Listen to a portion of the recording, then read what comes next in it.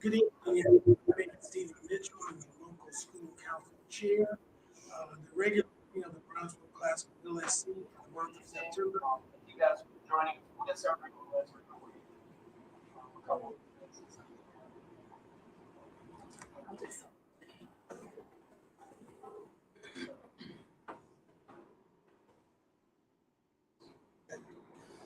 The regular meeting of the Brownsville class of local school council for the month of September, 14th day of the 22nd year is called to order.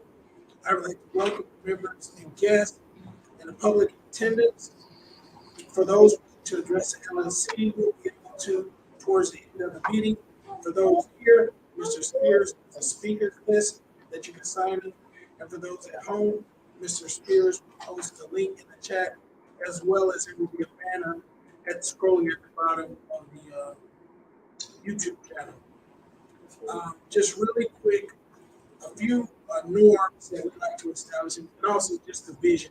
The vision of the Brownsville Classic School community intentionally values and highlights strength of our members through providing a personalized learning experience, celebrating diversity, and practicing creative problem solving in order to cultivate a strong, accelerated program to nurture lifelong learners. The mission of BCS commits to personalized growth and empowerment of all. And just the norm for the meeting, we just expect everybody to be result oriented, be fully present, be respectful of others' time, assume the best intentions, and stay student focused.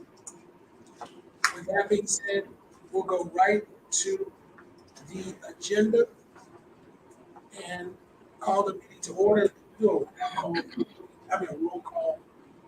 Make sure we have a quorum Stephen Mitchell, present. Akira Barker, present. Joyce Brown, Present. Dwayne Davis, Present. Richard Flowers, Present. Jennifer Lewis, Present. Tamara Poe, Present. Nicole Spicer, Present. Renata Townsend, present.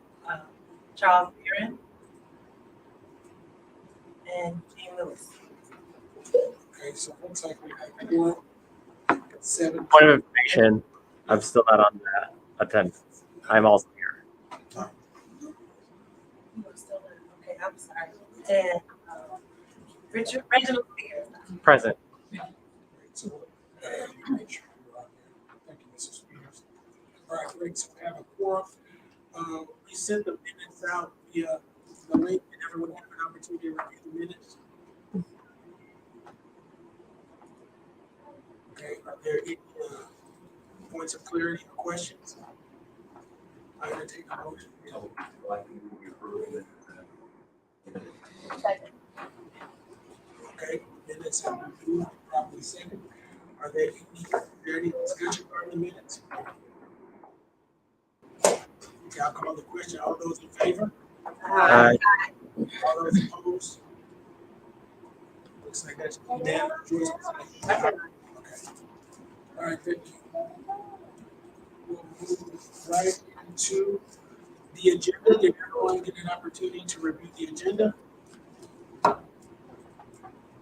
Any modifications, changes? All right, go ahead and take a motion. Approve the agenda. I move that we accept the agenda as submitted. All right, any questions or discussion? I'll call the question. All those in favor of accepting the agenda as presented? Aye. Looks like that's unanimous. All right, so we have the agenda. We'll move right into the principal's report. Good evening, everyone. Just some housekeeping I wanted to highlight in terms of documents and access to things when we are not meeting. Mr. Spears did set up our LSC school year 22-23 Google folder. In that folder, there is access to our archived agendas, archived minutes, our organizational minutes, any principals reports, as well as financial documents. We also have a document that has all of the YouTube links in it as well. for our monthly meeting. So if you are looking for anything related to our LLC operations, that folder is going to be our first stop. Generally speaking, for financial documents, just because it's 11 of us and lots of trees, we want to be conservative of our school resources. So I will always scan the financial documents and place them inside the folder, as well as any fundraising proposals, budget transfer sheets. So just so that you know, I won't bring hard copies unless a specific member requests them, but they are always available electronically. So I'll jump into the report for this month. Our current year-to-date attendance is 97.29, which is above the district expectation of 96%. Currently for week 4, 85% of our 3rd through 6th grade students are on track, 9% are almost on track, 2% are near on track, and 4% are off track. When looking at those students who are not on track, which is about 15% of our students, most of it is attendance. There are a few students who may have a D or F in class. However, their off track status is typically related to attendance. The number of students off track is somewhere between 21, 9, 36. So we only have 36 students in grade 6 through 3 through 6 that are off track. And so as we finish up our testing, we will begin to look at those students to identify them for additional supports. Our medical compliance is at 28.68%. We are targeting 2 grade levels, kindergarten and 6th grade. We are only into week 4. So typically our nurses don't start to input those immunizations and physical records until after the district deadline of October 1st. So it is normal to see that, but we do have lots of documents ready to be put in, but that's what it is in the system. 162 of our students have a 3.5 or higher, 51 have a 3.0 or higher, and 14 have a 2.5 or higher. So students with calculated GPAs are probably going to start at grade 3 because that is when we start tracking students. So our kindergarten students do not receive letter grades. They are on the developmental scale, and our 1st and 2nd grade students are not factored into on track. So those GPAs are related specifically to our 3rd, 4th, 5th, and 6th grade students. For emergency management, we have all of our drills scheduled. We completed our allergen drill on August 23rd. This week, we will have our first fire drill that is school-based. We have a 2nd one scheduled the week of October 24th. The 3rd one is scheduled the week of March 6th, unless the fire department comes out. We will complete our bus evacuation drill aligned with the field trip so that we don't have to pay an extra cost to have a bus come out to the school. We will do our shelter in place, which is usually related to severe weather, the week of November 14th. And the week of September 27th, we will have a lockdown drill where CPD and our safety officer will be out to support. Before we do the lockdown drill, we will send out information to families so that they know the purpose of the drill and some resources on how to discuss it with their children. And then after the drill, our school counselors will be checking in just in case there are feelings around. We know that some students may or may not know some of the issues related to school violence. And so we just want to make sure that we are working to support students if they have an action. Link inside of the agenda, you will see some proposed events for September and October that our committee came up with over the summer.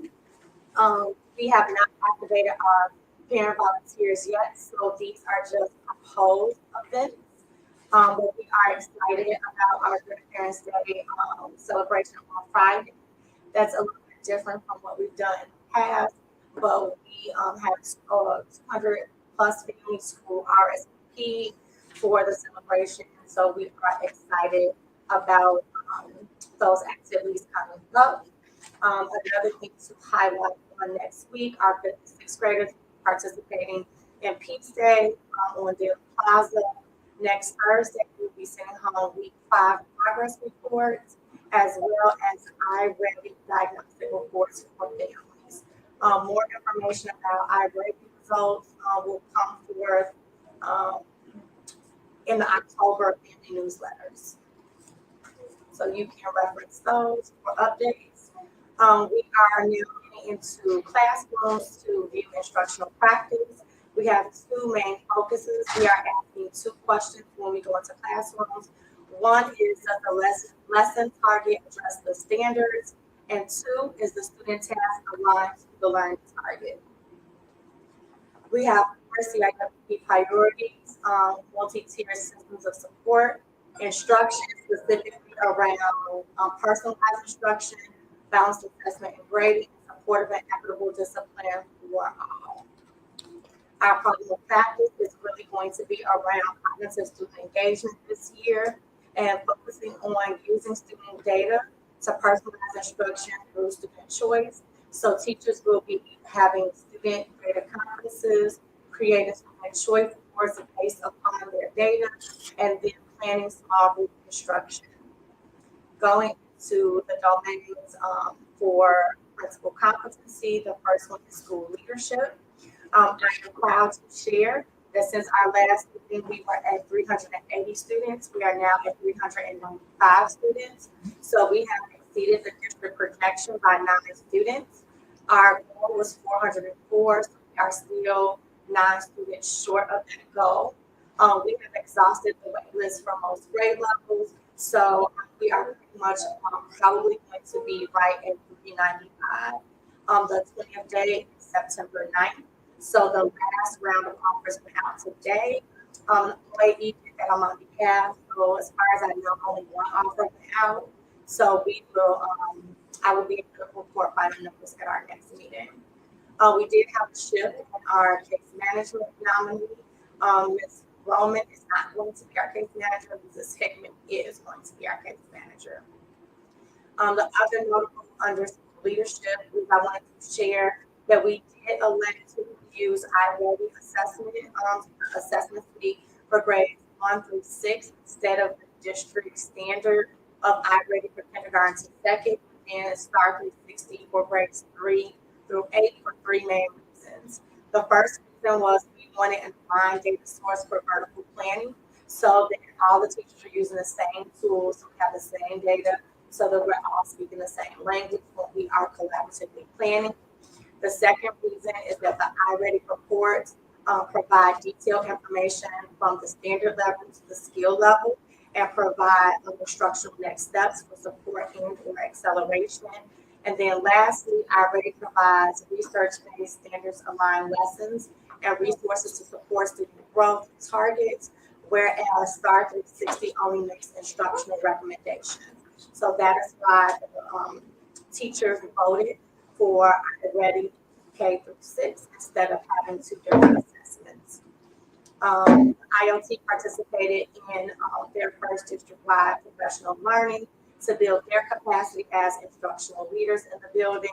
This week, our teacher leaders participated in district training to build their individual capacity in leading their individual teams to improve student outcomes. Our resident principal is working with designated team leads to build their capacity.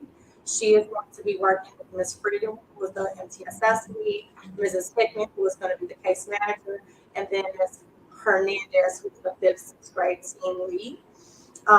We are also excited to host new principals in the district for a school visit in October, focused on how we are using student data to drive student choice in instructional leadership and professional learning. This year, I am excited to both host a resident principal, but also mentor a new principal. So I'll be mentoring the new principal from Hendricks, which is right across the expressway. I think the school is on like 43rd and Princeton. I may be making that up. Oh, that's right. Okay. So yes, Principal Murphy, who is new to Hendricks, will be my mentee. So I'll be spending 60 mentor hours with her this year, as well as a resident principal The leadership team will also be reading Leadership by John Maxwell.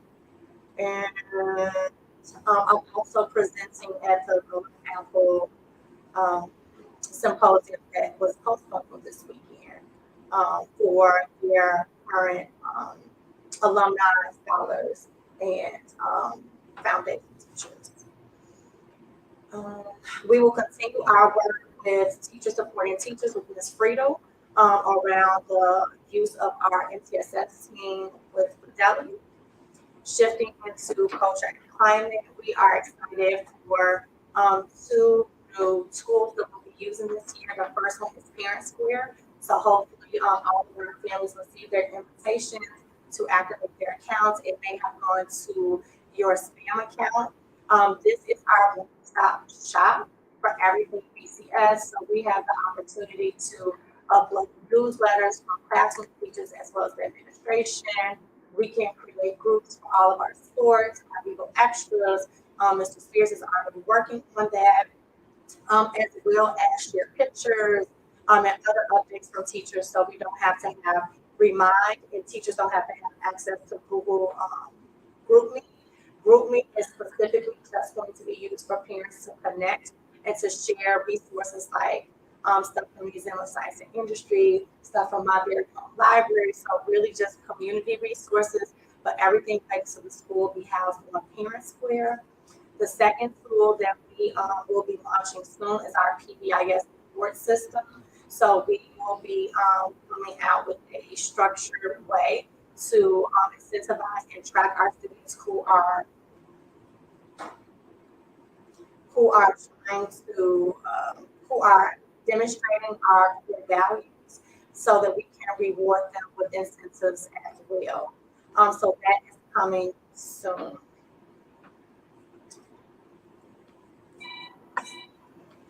Okay.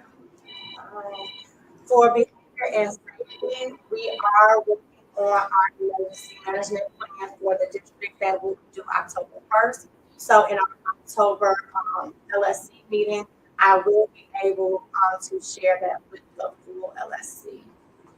For college and career readiness, we are excited that this year our sixth graders will begin their novice exploration. We also have partnered with Classrooms to Careers. They are going to come in the next few weeks to begin working with our fifth and sixth graders to talk about financial literacy, entrepreneurship, topics are related to Classrooms to Careers, and then a small cohort of students will actually go into the program. But for the first 20 weeks, they're going to work with all students, and then students will have an opportunity to apply to go into the actual cohort that they'll take them through the whole entrepreneurial process. Our counselors have already begun meeting with classrooms as well as leading advisories with our fifth and sixth grade teams. So we're super excited about that. Our CPS 4 program for the fall has launched. We have girls volleyball, boys soccer, and boys and girls cross country. And I'll share a little bit more about the awards when we get to other agenda items. So that would be our college and career readiness supports. And then fiscal management.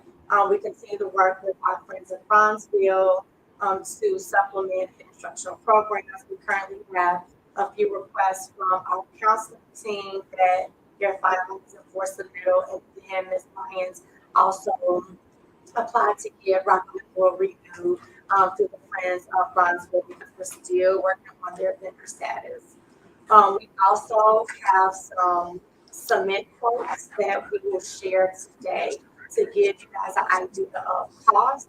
We wanted to get some general quotes so that we could work with one of our community partners, Omni Ecosystems, who is an architectural engineering firm that does this type of work, to see if we can work together to either get some in-kind donations from them or maybe partner to fundraise for cement.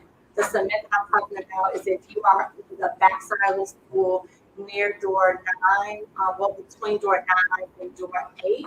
Oftentimes people walk behind the playgrounds to get in between those doors, and also to go to door 10. And so, the grass is really not grass by the end of the school year because we walked through it. So we're trying to pave, a concrete pathway from door 8 to door 9, and then door 9 to door 10. And then by door 10, there are some, pieces of sidewalk that are trip hazards. So we also want to repair that wheel. We have got quotes, from 11,000 up to 17,000. And so we are going to, partner with ecosystems to see what we can do for that capital improvement. We have renewed all of our digital instructional subscriptions and supplemental materials, lives, such as workbooks for math and science. And then we are going to begin, our push for the first 20 days of attendance. The first 20 days does impact on the discretionary funds that we get from the board. So it is important to get as close to 100% attendance as possible. The last time I checked, second grade was the only grade that had 100% attendance. So we will be incentivizing attendance, especially on September 19th, so that we can have all of our students be counted for our discretionary funds for next school year. So a perfect example of that is this year the district budgeted nursery for 386. So right now we have 395.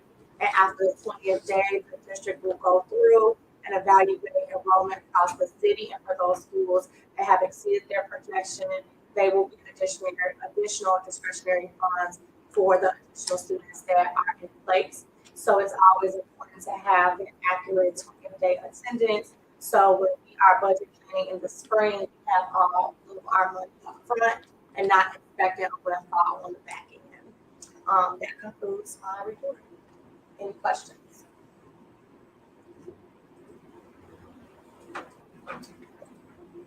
I have a question. Yes. Going all the way back to students on track, I can't recall if it's weighted where attendance is a certain amount of weight, grades are another certain amount of weight as to the equation of how they become off track or on track. It is a grading, and I can add that to our MSC folder. So historically, when On Track first started, it was a dichotomy. Either you are on or you are off. And so after looking at the research and working with the Student Through program, we realized that a gradient was needed. So depending on what your attendance percentage is and what your GPA is, you can fall in those 5 tiers. So Okay. either you're on, you're near, you're off, Mm-hmm. I remember. or so it's Yeah. 5 of them, and so I can add that to the folder so that you all can see. Thank you. I can. And they also have not actually completed that research. They're in the process of doing it. So it's still just the only research on track metric is freshman. Everything else is their is the best until they figure it out. So they're currently doing a middle grade network project to actually see if the evidence actually means anything with on track for anybody below 9th grade. And that is a great point. There is a tool out there that hasn't been released to the public, but I did sign up for access because we did not have 6th grade the year before. Bronzeville more than most likely won't have any data, but next school year we will, since we now have a 6th grade, because the 2 and 3 program is really focused on middle grades, and so we're just kind of entering that realm. So the 5 metrics are on track, almost on track, near on track, far from on track, and off track. So once attendance falls below 85%, it really doesn't matter what your GPA is. You will stay in the off track. And right now, unfortunately, with less than 20 days, I have some students that are like around 87%. Some of them, are because of, being sick. And so we definitely don't want sick kids to come to school. But some of them also are because of tardies. So families need to remember that when you are an hour late, you are getting a half day of attendance. If you are more than, I think it's either 90 or 120 minutes late, you don't get credit for the day at all. So it is very important that when we are scheduling doctor's appointments, I get it. I have children, so I know that they keep banker's hours. So it's only during the weekend to get a weekend appointment. It's usually a 6-month wait. That we're just mindful when you're setting appointments so that hopefully your child can miss less than an hour of school so that they keep their full attendance and the instruction that they're missing. We can always look at assignments, but nothing is a replacement for live instruction and learning experiences. So kids who have a doctor's appointments, they can leave at 1:45? If they leave, also, if it's an early dismissal, I recommend not leaving before 1:45. If it's at the end of the day, sometimes some pediatricians have like those early morning appointments. So if you can be here by 8:45, you're also good there as well. This year, we are supportive of all. I do have some families for religious reasons, have students who leave for prayer. But if you are physically not here, there's nothing I can do. So I am expecting some of that to happen because some of those things are outside of our control. So those are some of those nuanced things. And then we do have some students with chronic health conditions like asthma. So some students, if they have an asthma attack, they may miss a week of school for hospitalization, which is recovering. But those students are kind of scrubbed at the end of the year if they have a 504 in place that protects them because of a chronic condition. So our students with chronic conditions, we're not necessarily going to target if the attendance rate is not what we want. We really target those students who are able to be here on time every day. They're not. So those are usually the families that we target. I think you can let the record reflect Dr. Trump here has arrived and is now in attendance. I do have a question also. With regard to the grass here, have you reached out to CPS or the city of Chicago? And is the one area that you said tripping hazard, is it the sidewalk or is it on the school property? Yeah, so I haven't reached out to anybody yet. I just wanted to get an idea of what we're looking at because I have no idea what those things cost. But I do have on my to-do list to reach out to the city, or I actually called the construction team that did the work at the school to see if the sidewalk in front of door 10 is CPS or the city because it's really in an odd place. So like we have like the gates for the school and then we have the gates for the fire department next door. So I don't know if that middle piece is city or if it's CPS because it's not in front of the school on State Street. It's actually like between the park next door and the building. So I do have to talk out to Jeff Haddon, who was our construction manager, to look at the survey to tell me which property it is so I know what direction to go. So those costs are started. Okay, any more questions? All right. I don't know if this is correct, so maybe I'm asking the parliamentarian. We do have some budget items to review, but I do think that they are separate under new business, so I can't wait until then to discuss those. Because I just want to make sure that people know that we are talking about budget transfers, go over the budget review. So I am going to see what the chair and the parliamentarian would like to do. Yeah, I mean, I think it's listed on, you can do diverse learners if you haven't done that. Okay, then we go right into it. It'll just be out of order on the agenda. That's it. Okay, so our diverse learner population hasn't changed in terms of individualized education plans. We still have 10 students who receive IEP services. 2 of them are speech only. And we have a list of possibly 10 504s that we are offering to families. 504s are not mandatory documents. Those are legal documents that we offer to families of students who have chronic conditions so that those students may get accommodations and modifications to access a free appropriate public education.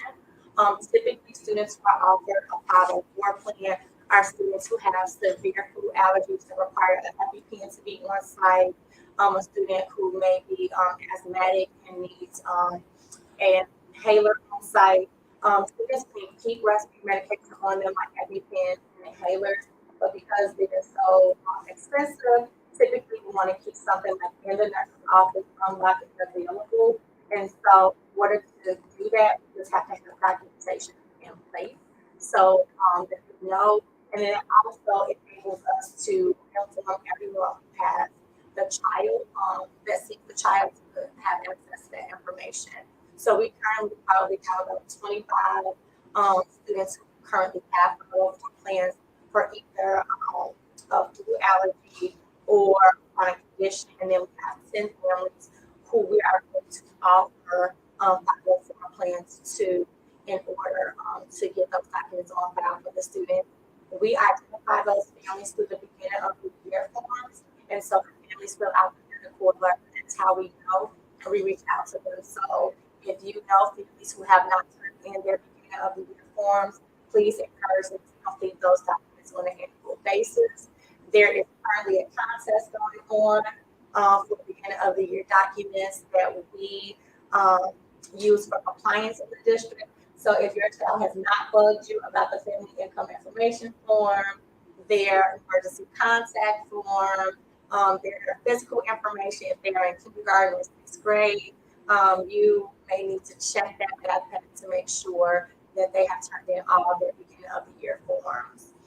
And so that is the diverse learning report. Okay, cool. For anybody else who's speaking, can you please speak up? Because there's some, it's hard to hear. Can they hear me?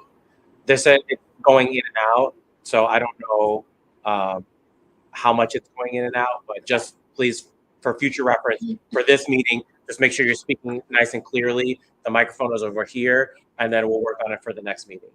Thank you, Mr. Spears. All right, thank you, Ms. Spicer. I think now we can go right into the budget items. All right, so the first budget item I have, we have 3 budget transfers requested. The first budget transfer is to contract with 1000 Watt Sport. Well, I guess it's 1000 Watt Sports. 1000 Watt Sports for recess support on Tuesdays and Thursdays for the fiscal year. They will start next week and go through June 2nd with no programming on November 8th, April 4th, April 6th, and they will be on site from 10 to 1. So classes scheduled for the turf field will participate in structured activities with 1000 Watts. We would have no programming January through February because we'll have indoor recess. And they will have all the equipment on site and they will facilitate recess for that particular group. We have a schedule so that all classes can benefit from the recess support. And also, if you've ever seen recess, just bring a little bit of organization to the organized chaos out there. That contract is $25,000. We currently have it as an item from our student fees. So we do have funds already there to fund it. But what we need to do is take it from our bank account and put it into our budget in order to pay them. And that is called a book transfer. And so I just need LSC approval to move money from our student fees account to a budget line in order to open up a purchase order to pay for service. I have a question. I don't know if this is a portion of questions, but So I move to approve the $25,000 to be moved from student fees to our discretionary funds to pay for our contract with 1000 Watts. Second. All right, motion is made and second. Any question? yeah. So for January and February, they're not going to do anything because it's only outside. Yes, it's only outside. So the regular recess monitors will be monitoring indoor recess in the classroom for the class that they're monitoring.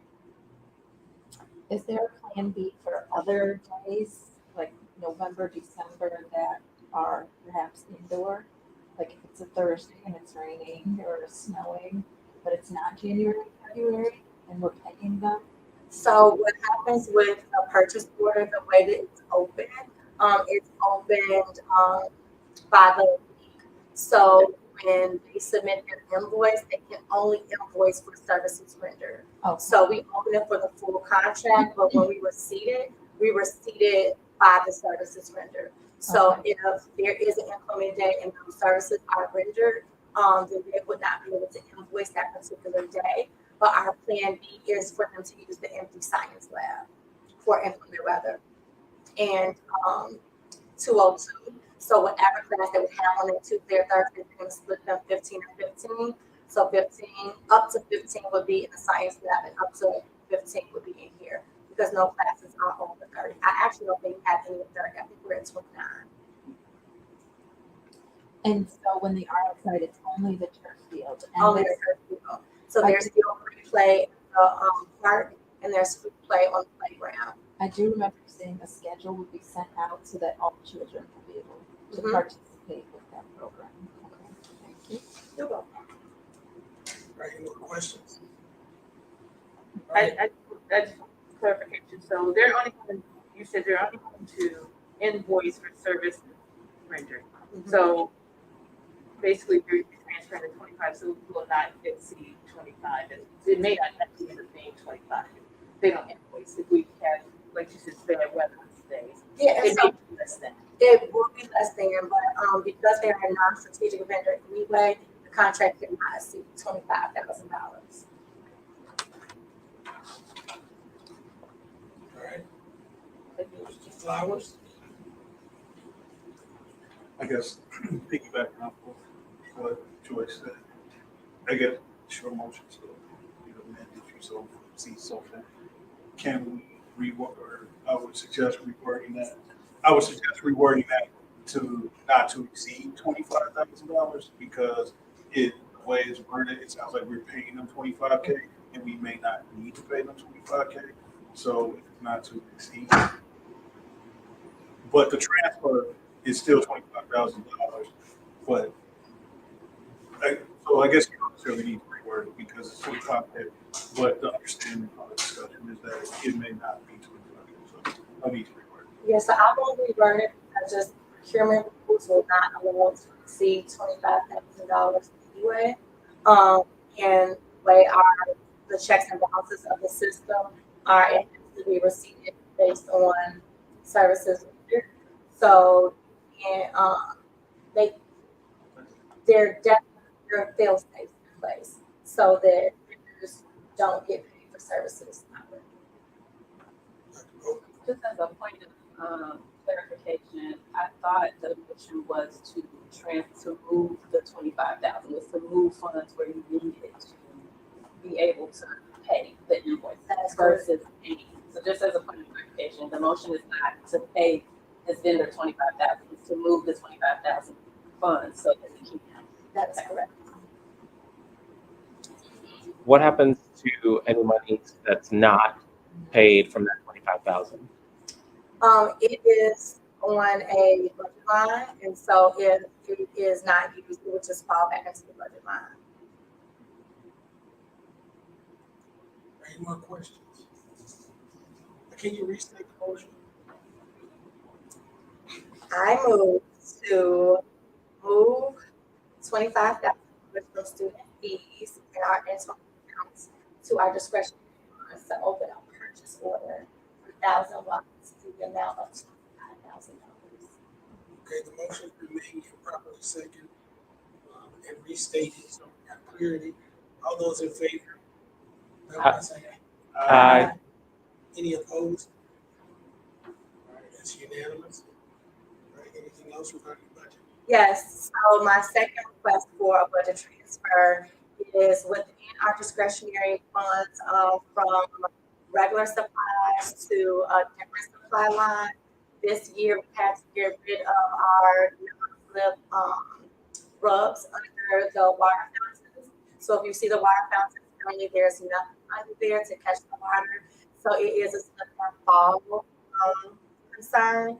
So we have to move $412.89 to purchase the rugs that go under the water fountain to catch the water.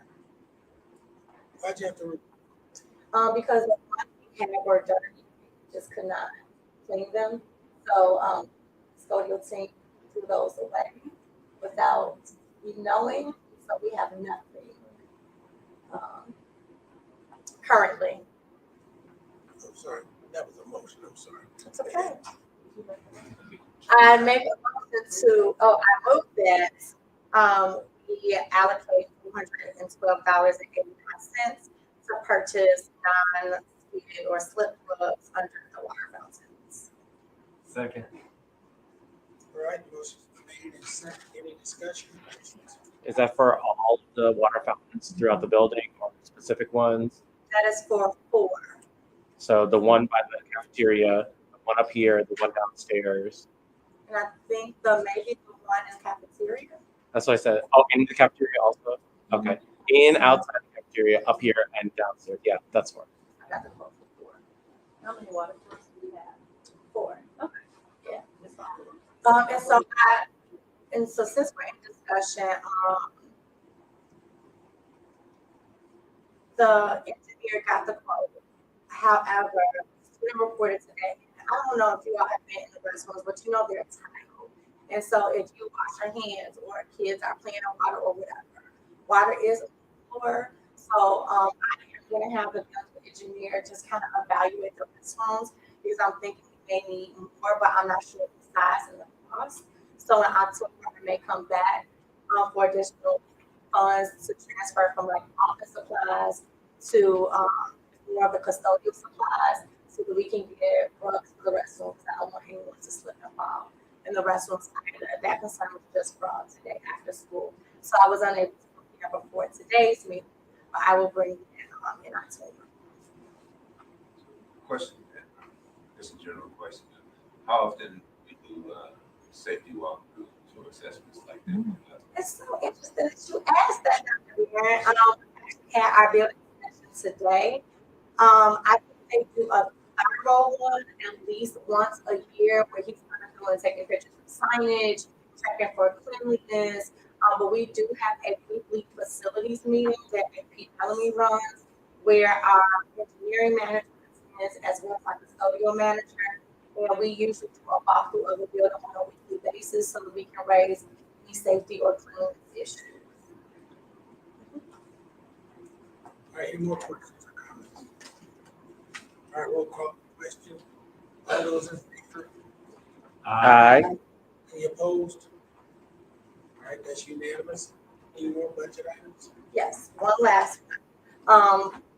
I am asking for moving of $850 from a general supply line to a digital supply line to fund our Parent Square program.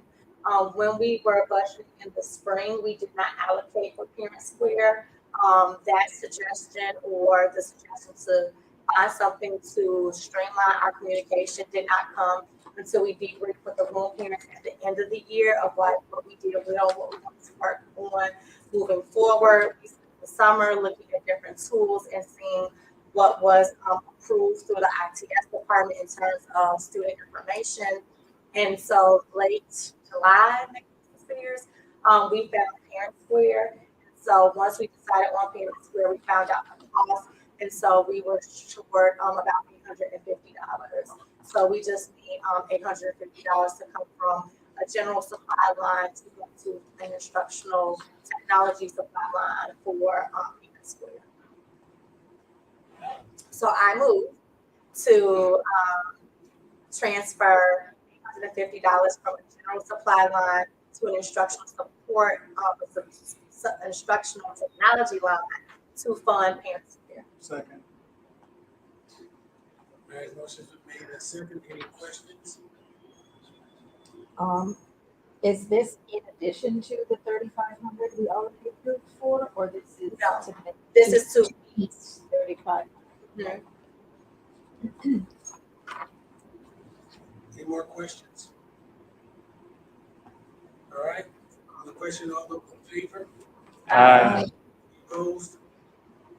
All right, unanimous. Any other budget items?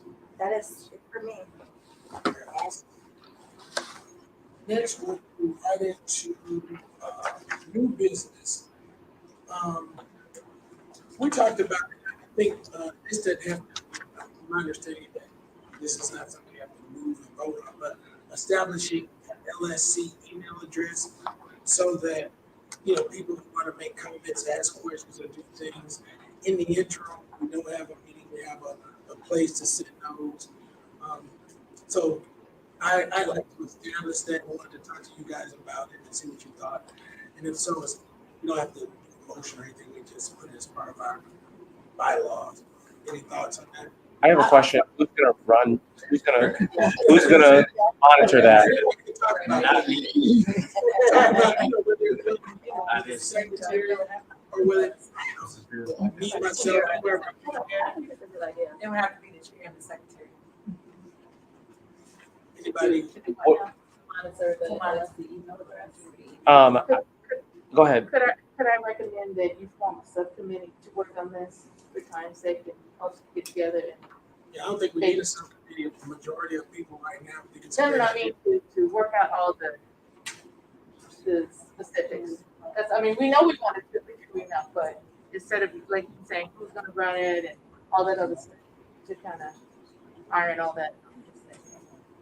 I also would like, if we're going to do that, which I think is a great idea, I would like to see it as an agenda item on every LSC so that we know, people who aren't running it, we know what has been communicated out of the LSC email address. And we are able to, just as a point of information, to create like a BCS LSC at cps.edu email. We can't. We can, but the reason why I'm shaking my head no is that if it is a CPS generated account, only A CPS employee. employees will have access to it. Gotcha. And so I think that it's important that the LSC chair Agreed. and the secretary are able to access those. Because when we have those special accounts, so example, we have our new Brownsville Room Parent is connected to the school, but it's a delegated account. So you have to be in your basic CPS account in order to access that. So that's why I did not suggest that. Gotcha. So it looks like we're all in agreement as far as establishing it, but we just need to determine who will have access and how it will be ran, and whether it be an agenda item, that sort of thing. Does anyone disagree with our chair and our secretary running that account for us and reporting out? Everybody? I was gonna say, from a management standpoint, it can be overwhelming for just the two of them. There are 10 of us, is that right? Or 11 of us, which leaves one person short. We can all just take a month, figure out the payments, and then just own it for a month. Report out, forward the emails to who they need to go to, and so forth. And just take it away to not make it overwhelming for the two of them. Well, I guess I don't So know. it just counts as CPS employees on monitoring another email. So That's it's- what I was saying. You probably need a subcommittee to figure out the spin for this whole thing. Indeed. I mean, we know we want it, but we gotta kind of decide how it's going to operate. That's what I'm asking for the subcommittee for. Okay, so go ahead. Let's, So you're intending for parents to be able to email questions or comments or suggestions. or comments. So what about the, I mean, I agree that it's a good resource to have, but what about the comments? Right. I think my thoughts were that is one time per month at this meeting, whereas in the interim, somebody may have a question or a suggestion Right. or something that you just want to send for the next meeting, just an additional avenue to get people. So is it possible that that's where you collect the questions, but we answer them in the meeting, so no one's overwhelmed? That's what I was going to And then we're all say on too. the same page with the same answer? That could be. Because then everybody can have access to see that spreadsheet. Because as soon as you enter something, let's say a parent has a question for the LSC, as soon as you enter it, it's generated into a spreadsheet that all of us can have access to at any time. You can see between meetings just who's had a comment, who said what, and then maybe that we use the email address to respond to those questions directly. You know what I mean? So instead of people emailing the LSC email address, they have to complete they have to put their comment in the form so that we all have access, and then one or two of you can respond if it requires a response. And if not, then you can bring it up in the public participation during the meeting. It sounds like Joyce had a point. Yes. But I'm saying, For time's let sake, us we end need the to do what she discussion said. and have a subcommittee to discuss it and bring it back to October meeting. I And we move all that agree we should try to have more communication and establish a method to do so. I move that we establish the LSC email address and form with the formation of a subcommittee to determine how that will be implemented. Yeah, I don't think we have to move for that. though. I think we just. If you create a Yeah, subcommittee. yeah. My understanding is that you don't, but okay. If somebody wants Well, let's to chair, follow the hearing, so we're gonna follow. since we create a committee. And second, Oh.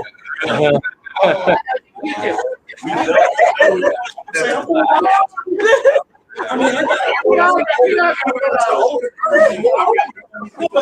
only official, I mean, but it doesn't matter, we can do it just, so it's been made, second, any questions? All right, let's call the question, all those in favor? Aye. Any opposed? All right, great, that's unanimous, so we'll work on that.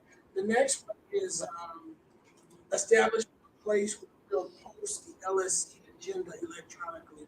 And it looks like it's gonna be the new Parents group. parents. So, I don't think we need a subcommittee for that. I think we can just agree that. Right. Is So, everybody comfortable with, Fair Square? We need to have any further discussion on that? Would anyone need access to it besides the community? I am 100, no, I'm 90% sure that we had, As a group. Dr. Davis and Dr. Pope, to Parent Square, so you can have access to it, so you can see everything that's on Parent Square. But Mr. Spears is working with our data uploads, and we also can create groups on there too. So I'm sure we could just add you on, you just would have to accept the academic account, and so that you would have access as well. That's not a CPS based one, so that should be pretty easy. all right, awesome. Next, establish a protocol for virtual participation in the public comment portion of the LSC meeting. And I think we kind of worked on that. People will be able to make comments, they'll be able to use the link, as well as he's got his ruling to the bottom. And that will be at any time during the meeting, or are you going to limit it to a certain? It's anytime during the meeting they can access the form to make a comment, ask a question, and then those questions or comments I will bring up during the public participation portion, however long that participation portion of our meeting is. Right. All right, awesome. So That was one of my concerns, I'm sorry, because I just want to make sure we weren't interjecting in the meeting and prolonging the meeting to respond to questions based on the last meeting. I saw some questions answered somewhere. right, so we'll have during the public meeting portion, based on the discussion, looks like we'll have the people here first address those questions or have their public comments. Then after that, we'll have those read aloud by Mr. Spears, and then that'll be that. How long will that portion last? Well, I think right now we talked about having each person 2 minutes, but we can determine through our bylaws how long that portion can be. So if we want to have that limited to whatever amount of minutes, which is reasonable, I think we determine that. I would recommend that the public participation be no longer than 15 minutes. And if there needs to be more discussion, there can be a motion to extend public participation.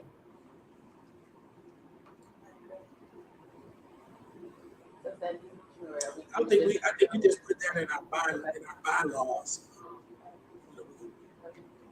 duly noted from the bylaws committee. Okay, moving right into our fundraisers. So the first fundraiser proposal that we would like to present is for our Grandparents' Day celebration, to be a BCS Grandparent T-shirt sales. We are recommending that those T-shirts sell for $20. With the 3-color printing, we are estimating that each T-shirt will cost between $10 and $12 to produce. So we are looking to make up to $2,000 because we have about 200 T-shirts and pre-sales. The proceeds will go to our student incentives and special events like grandparents. Day. Well, are you gonna order more than the requested amount or just? We are only gonna order the requested amount because, we have to get them in for Friday. So we already closed on registration, but, we wouldn't be opposed to bringing this, fundraiser back at another time. We also, because in our approved student fees, we already have funds allocated for student incentives and special events. We also have special surprises for our grandparents.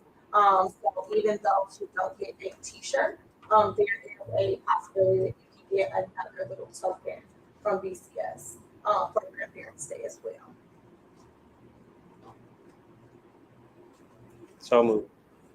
I move to get our Grandparents' Day celebration brow BCS grandparent t-shirt, fundraiser. Second. All right, any questions? Awesome. I will call the question. All those in favor of the BCS Grandparents' Day motion, vote by saying aye. Aye. Any opposed? All right, it's unanimous. All right. The next fundraiser. Is that The Friends of Progress. So, Friends of Rockville Spirit Gear, point of order before we go forward.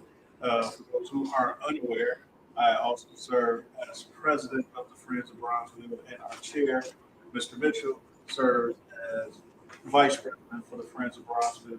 So we will be putting a proposal on the table for fundraising activities for the Friends of Bronzeville, because they are associated with an entity that we serve as president and vice president of. We will not vote, but without us voting, we still have a quorum because we're required to have 7 members of the LSC vote. So we will not cast a vote, even though as president and a member of the LSC, I think with the motion on the floor. So just a point of order for those not. With that established, the Friends of Rockville is putting forth a fundraising proposal for sale of spirit gear. Friends of Bronzeville, of course, is established as a 501c3 and support the schools to supplement any and all needs that the school has for its students and or faculty for programming and other items.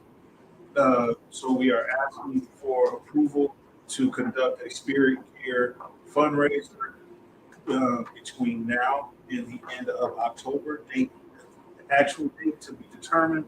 Selling price of items will be between $20 and $50 per item. Expected sales are between $1,000 and $5,000. 100% of the profit will be available to the school, and that's really it for that particular fundraiser. So I move that the LSC approve the Friends of Bronzeville being able to conduct a spirit gear sale between now and October 31st on behalf of Bronzeville Classroom. second? All right, the motion's been made, seconded, and again, Richard or I will not be able to vote on this, but I'm just calling, presenting the motion. Are there any questions? Will gear be available before school, after school, online? It will be available after school, Only after school and not on. Gotcha. So sales Thank will you. be in person. Is this a one-time sale? Is it an ongoing between whatever date you start and the 31st? The expectation is that it'll be a one day, and then as we figure out, it'll be only one day between now and the next meeting. And then if we need to have an additional day, by then we'll have established a cadence. If we need to ask for additional dates. Do we know what the spirit gear is? What are we selling? T-shirts and hoodies. Youth, T-shirt. and then what I've left over from. And we do have some still inside this left over from last year, but new designs can be for the children. And can parents pay in cash or this only through Zelle? Parents can pay in cash or Zelle or credit card. Preference would be Zelle or credit card. Actually, I apologize.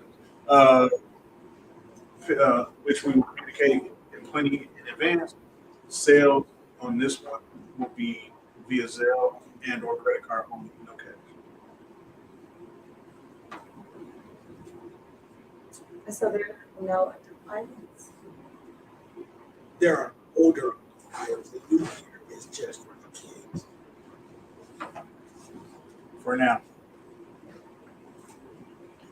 I- The kids get the buzz, and then the parents will want it. So Are there any paramedics still? we Yes. do have paramedics. I'm holding And back. a good time for the paramedics. Oh, that's nice. Is there a thought about, is this going to be a regular ask of, and not that I have a problem with it at all, but just curious, if it's going to be like a monthly ask for you all to do a fundraiser? And the reason I ask is there a better way to make the motion so that we don't have to vote on this every month? So there will be a ongoing ask. We were just made aware with the establishment of an LSC that now You have to ask. you have to ask to be able to fundraise. So we want to get this one on the agenda so we can sell Spirit here right now. Parents are asking, and then we will have more time to plan a proper motion that will cover us for the rest of the school year. Understood. Even though according to the LSC office, each individual time we ask for to sell through a fundraiser, you're supposed to get permission. Gotcha. Duly noted. Just question, is it scheduled like every second Thursday of the month, like you still have to get it approved? I every think month? that the proposal, they're asking for that because of how the proposal is. So when you do the proposal, you share like costs, expenses and potential revenue and how it's going to be allocated. And then within 10 days of the close of the fundraiser, there's a report that the insurance has to complete. So if you have an ongoing fundraising event, I think the reporting gets a little murky. And so we just want to make sure that everyone is following the rules and all monies are accounted for and allocated appropriately. So we are trying to figure out what the best path forward is. Thank you. All right, any more questions? All right, all those in favor of the Friends of Bronzeville Spirit Gift Sales, vote by saying aye. Aye. Any opposed? Can we just note that Richard and I did not vote on that? All right, next. Mr. Chair, before you move on to the last thing, I apologize. I gotta leave for another meeting. Okay. 6:00. Thank you, Ms. Brown.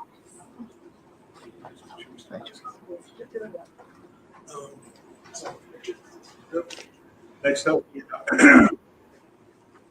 another proposal on behalf of the Friends of Bronzeville for our fall parent social. Again, raising money on behalf of the school, our 501c3, Friends of Bronzeville, Classical School. We would like permission to have our fall parent social at the social. As in the past, we will ask parents to make donations to the Friends of Bronzeville. Of course, we'll go into our general account for the use of the school. Again, 100% of whatever revenue was generated will be available to the school. Our expectation with our new count of $395 is to raise $5,000 at the parent social. So I move that LSC allowed Friends of Bronzeville Classical to raise funds on behalf of Bronzeville Classical School at the fall parent social on a date to be determined that will occur between now and October 31st, 2022. Second. all right, the motion's been made and seconded. Any questions? Is Is the fundraiser similar to what you all have done before, where you ask for donations at the event? Okay. And I'm going to amend my motion to again ask for permission to raise Friends of Bronzeville Classical to raise money for Bronzeville Classical School with the ask of parents to donate money to the Friends of Bronzeville, but also at the parent social, any leftover spirit gift not sold will also be available for purchase. So we'll not only be asking for just regular donations, but we will also be still selling spirit gear that is available. Question: would it be possible to do those on the same day, so that you don't have to do, you know what I mean, so that all of those fundraisers will go on that 10-day after report together?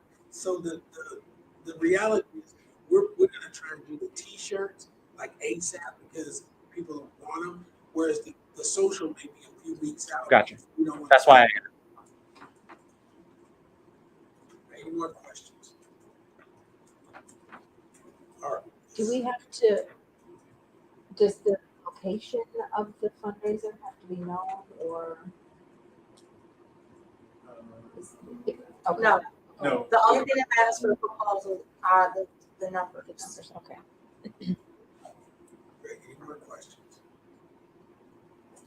All right, we'll call the question. All those in favor of the motion, vote by saying aye. Any opposed? All right, there's no for the record that Richard and I did not vote. All right, There's a point of order, Chairman. We just voted to approve his amendment, and then we should also go back and vote on the original motion. So we just voted in favor of his amendment to his original motion, but we didn't vote in favor of the oh, I original. thought it all went together. But if he amended, okay. So then, Because we could have voted the amendment down, right? We could have said, no, we won't add any of the extra language that you had, and then we would still have to go back and vote on your original motion. So the fact that we voted to approve your amendment means that language is added to the original motion, and now we need to have a vote in the original motion. Okay. All right. Any discussion regarding the original motion? All right. So we moved, we second the original motion. And we moved. This is just a vote. I have to call it. All right. So call the vote. All those in favor, vote by saying aye. Any opposed? All right. So you approve the motion and the amendment. And Richard and I can vote on it. All right. because somewhere going forward, the easier way is to rescind the initial motion and restate. Got it. Good catch. Good catch. Assistant. As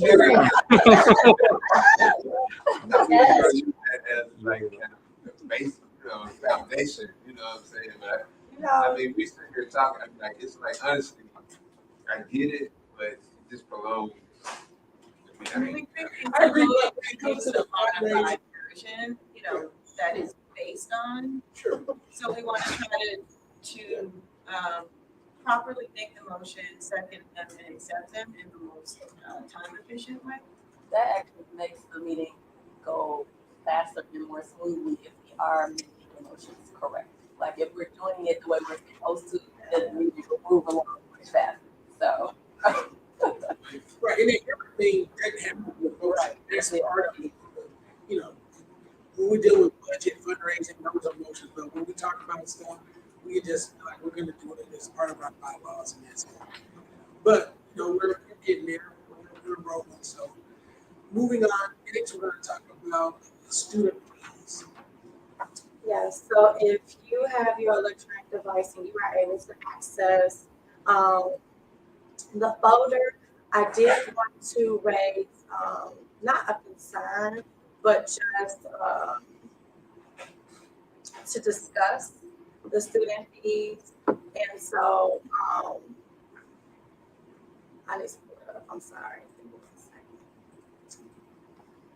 So in the student fees, we do have a line item for to include field trips. Last school year, we did not do a lot of field trips. So we could not find buses towards the end of the year for the field trips that teachers and teams were trying to go on. So as it is stated in our approved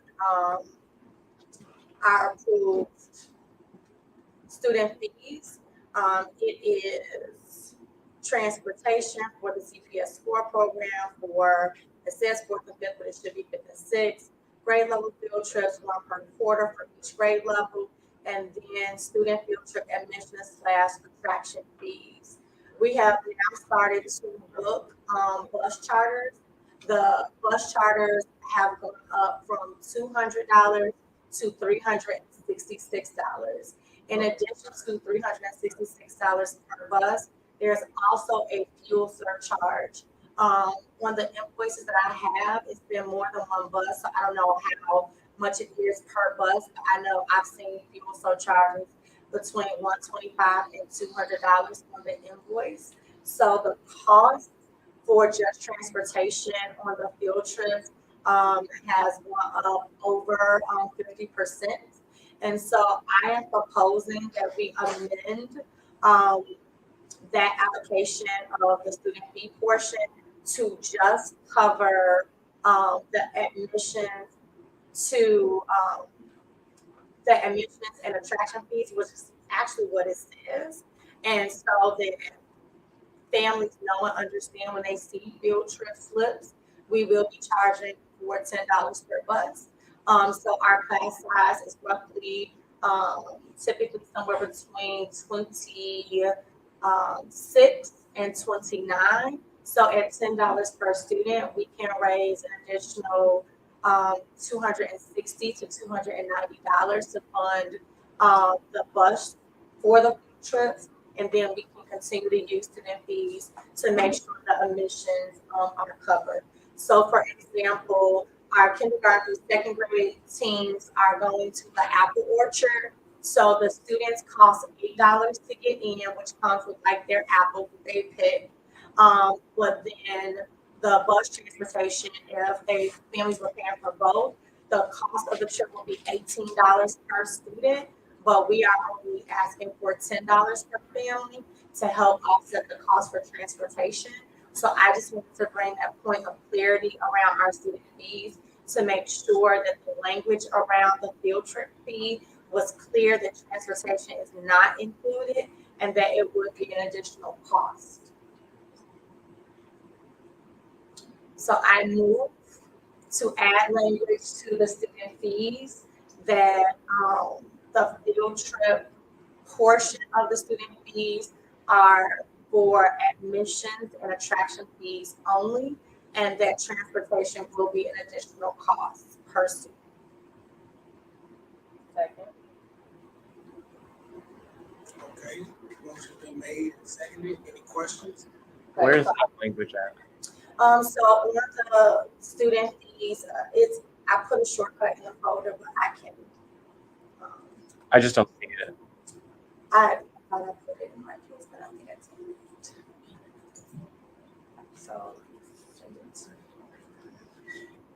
And as a point of clarification, I know you were kind of looking, Chair, that do we need to do this because we are now asking parents to pay? Is that why? Yes. We need a motion for this because we're requesting that the parents have to pay for the transportation for the field trip. Well, yeah, but it's not like if you don't pay, your kid can't go on the field trip. I mean, it's not a. So I will just say this. When we go on trip, even in the past, and we did not delineate between admission and attraction fees, if students had a permission slip, they went on the trip. We are not to keep a child back from a trip if they cannot afford to pay.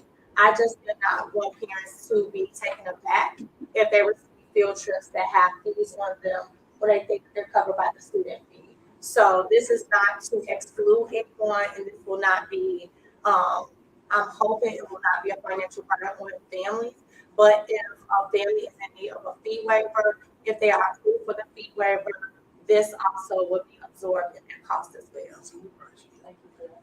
Because I asked the question, I said, hey, I thought we paid for our fees in the students for the year. So in order for them to not pay the $10, they had to have applied for the fee waiver, correct or not correct?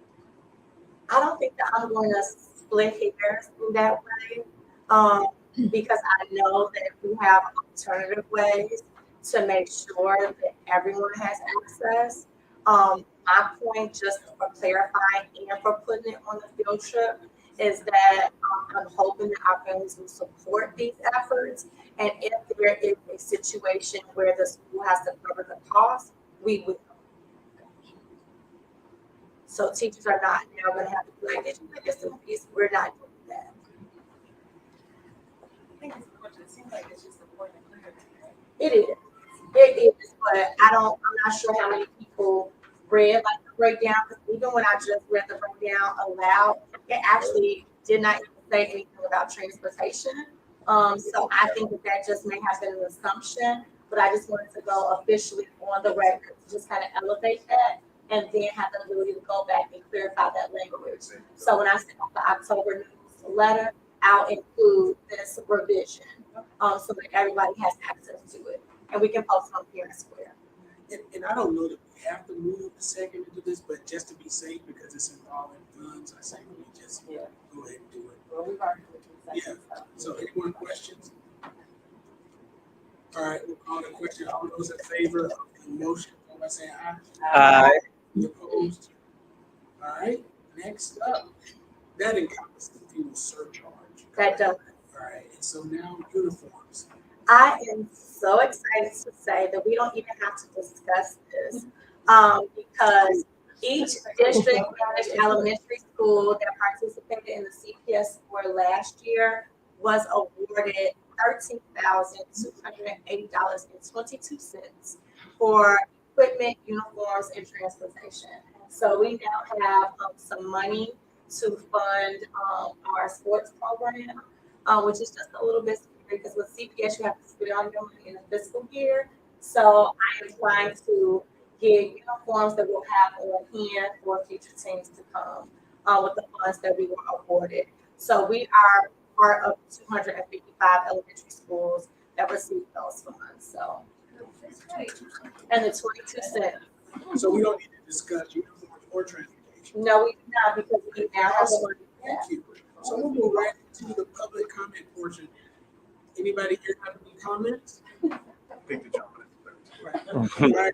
Do we have any questions or comments online? Yes, there were just a few questions about sound, so I'm going to work on that for our next meeting. What I will probably do is I have a wireless microphone that's connected directly to the USB. So we'll just, if you have something to say, if you're not sitting right next to me, then we'll hand you the mic. There is a question about, does the school have any box tops for education account? Yes, we do. Let me see. Oh, and if so, can we remind parents on a monthly basis to participate so we have an additional means of fundraising on a corporate level? We absolutely will make sure that gets to Ms. Spicer so it can go into Parent Square. Absolutely. That just made me think of the Amazon Smile. Don't we have an account with Amazon Smile? No. I don't know how that works with the Amazon business account, because our Amazon school account is through CPS and procurement department. So I probably have to ask for clarity on that. Okay. There is a question. Is there any information that can be shared about the 7:45 a.m. early arrival / drop-off poll for week 2? Yes. Oh my gosh, Ms. Hill is not here. Let me see. We did do a poll. I don't know the name of it. Yes. We will share the results of the poll from Open House in the October newsletter. And then there's one last comment that says the Friends of Bronzeville gets proceeds. So if it's a nonprofit but counts as school uniform. I don't really get it.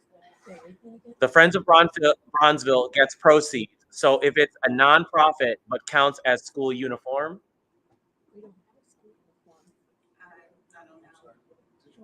and Can we ask for Can you ask the clarification? person? I will ask them to clarify, and if they respond, then I will put it in the form. Yep. The Friends of Bronzeville gets proceeds. So if it's a nonprofit but counts as school uniforms, But it's It not seems a like school maybe they're trying to uniform. get a tax deduction. I mean, I don't know. Does anybody have any idea? I don't Oh, want does to. it, They're trying to say that as a school uniform so that they can get a so they're buying Bronzeville stuff and they count as school uniform, get a deduction? Well, it's a donation to a nonprofit, so technically So technically, it's, it could be a tax deductible gift, but I don't know about it counting as a uniform, but it is considered a donation to a nonprofit. So I think we should say it's considered a donation to a nonprofit, but I don't think we should offer any tax advice. I think we should ask them to clarify the question, Yes. just because we don't even, we're making that answer. We are, absolutely. I've asked for clarity. All right. So All right. what's the Amazon Prime? What's the other thing I said I mentioned? It's Amazon Smile. All right, is that the end of our questions? That is the end of the public questions. All right, so- I'm sorry, there are a few more that just came in. Please clarify the comment about fees, the breakdown of the trips, one field trip per quarter for each grade level, and I'm sorry, hold on. Grade level field trips, student field trips, admissions, and attraction fees. Yes, so currently on the BCS student fees schedule, we allocate $40 to the following. Transportation CPS 4 program for 5th and 6th grade. That's one.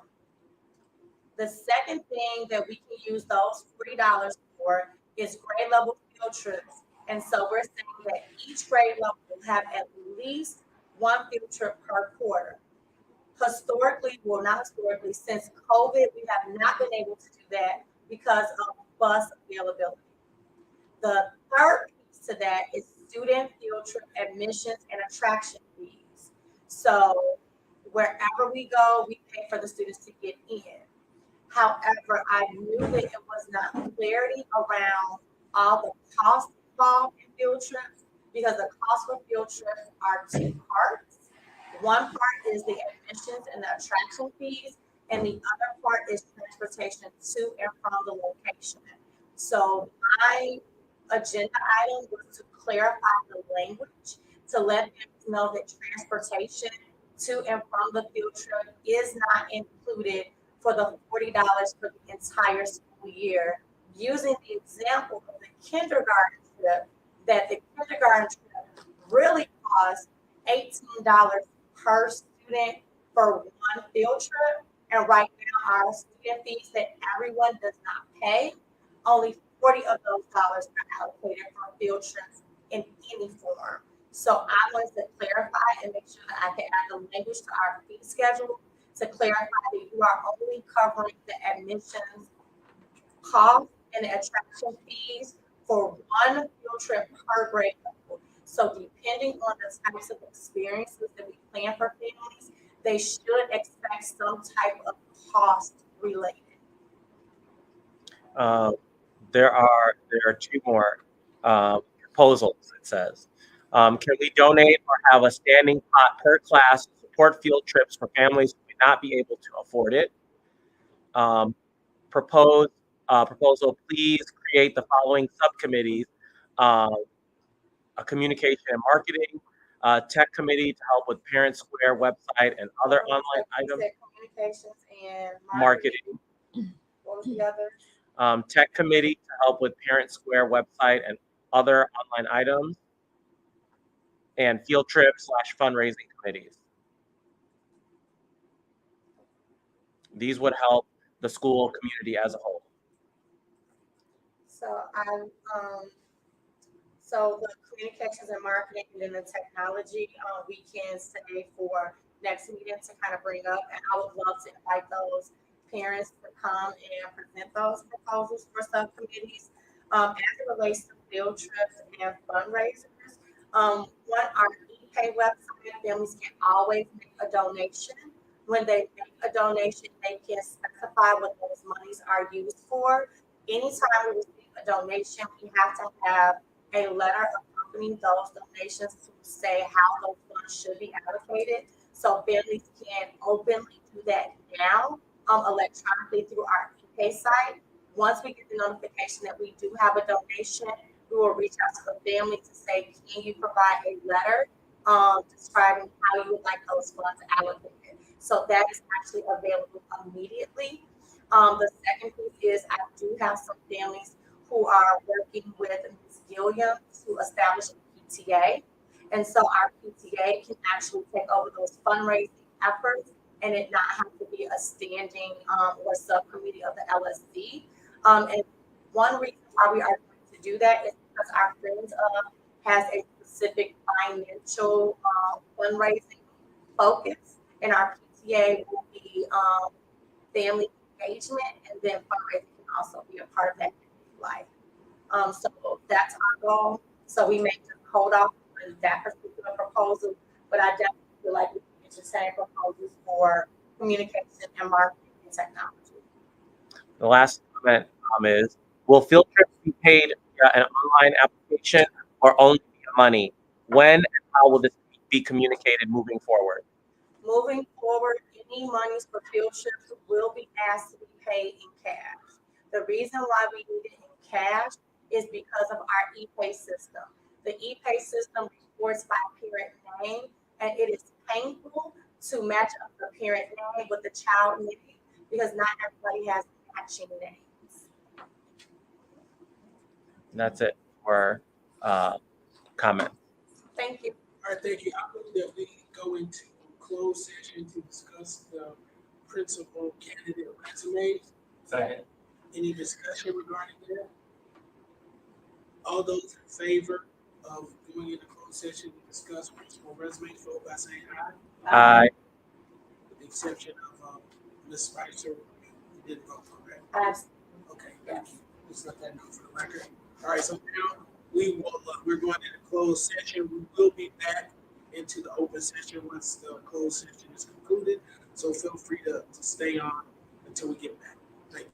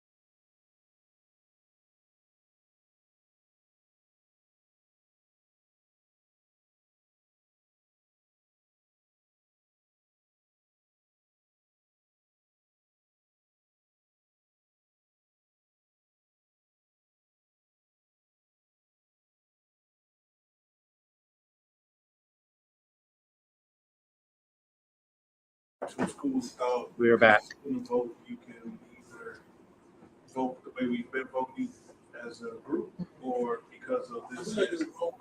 That's for sure. And that's what I would say for this, what I would suggest is we do roll call for the vote to be. We back in.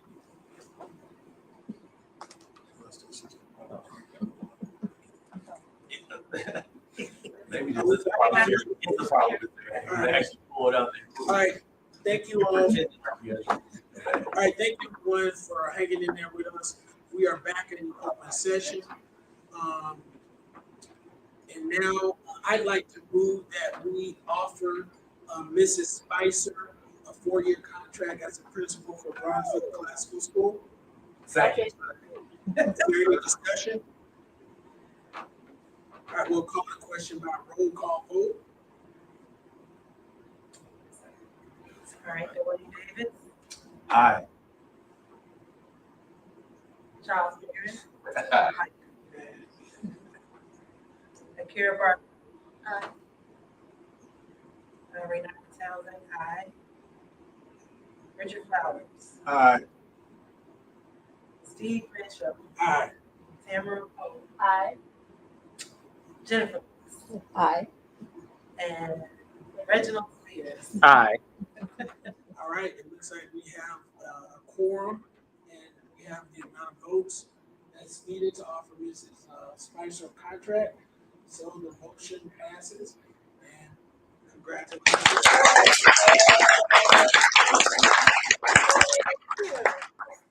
All right, and then we just have an additional part there. Any more questions, I guess, on the agenda? Any additional comments from anybody? I have one question about, you kind of answered already about fundraising.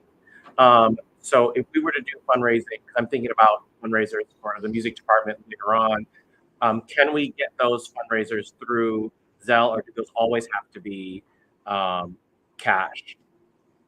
Or is there a digital platform that we can use to collect funds from a fundraiser? So ePay is our only CPS sanctioned electronic payment option. I am currently working with ePay to learn about the different reports. I just think that ePay is new and not a lot of schools are actively using it. So certain information hasn't been shared, but right now Ms. Jones thinks the only way she can figure out what transactions are for, she literally has to click into every transaction and then click again to figure out what exactly you paid for. Because when you go on the ePay site, you can only pay for specific things. And then if you make a donation, I think they're making a box to say like what's the donation for. But right now, for instance, with curriculum day, we have 200 people who want their parents on a t-shirt. So everybody will be paying $200. So right now we're trying to figure out system where we can figure out who paid and who did not pay. And we don't want Ms. Jones to have to spend an uncounted number of hours finding out or clicking 400 times to figure out who's paid at this time. Yes. With ePay, I'm thinking back to maybe it was the Mother's Day event. How difficult is it to program those drop-down items so that you're literally running the report for that one item? So that's what I'm trying to figure out, because Ms. Jones needs to think she can't sort it by the drop-down, but the drop-downs are there for a reason. So we're just trying to figure out the platform, which is not necessarily user-friendly.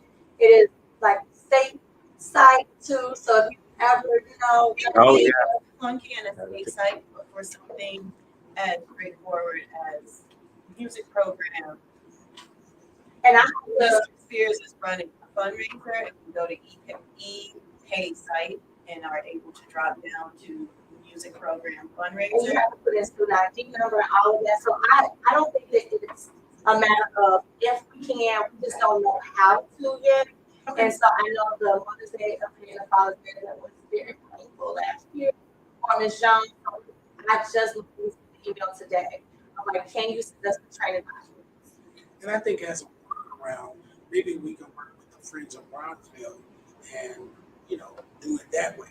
And you may get the benefit of having a tax deductible gift, which will help incentivize. Then why don't we talk afterwards, because I have some ideas and that might be a nice work. I do think that the Friends of Bronzeville is a nice venue because it's still like, even if you still want to do the order through us, even if you still wanted to go to like your account or whatever, because internal accounts are just internal accounts, they don't really expire, so they stay on the line. The Friends of Bronzeville can help you with the fundraiser, and then they can make a donation to. Right, that's what I mean. That's what I was thinking. Yeah. Cool. That's what I need to know. That's awesome. I like to make a motion. Seconded. Any discussion? All right. We're All always those in favor of adjourning, vote by saying aye. Aye. We adjourn. Thank you. Congratulations.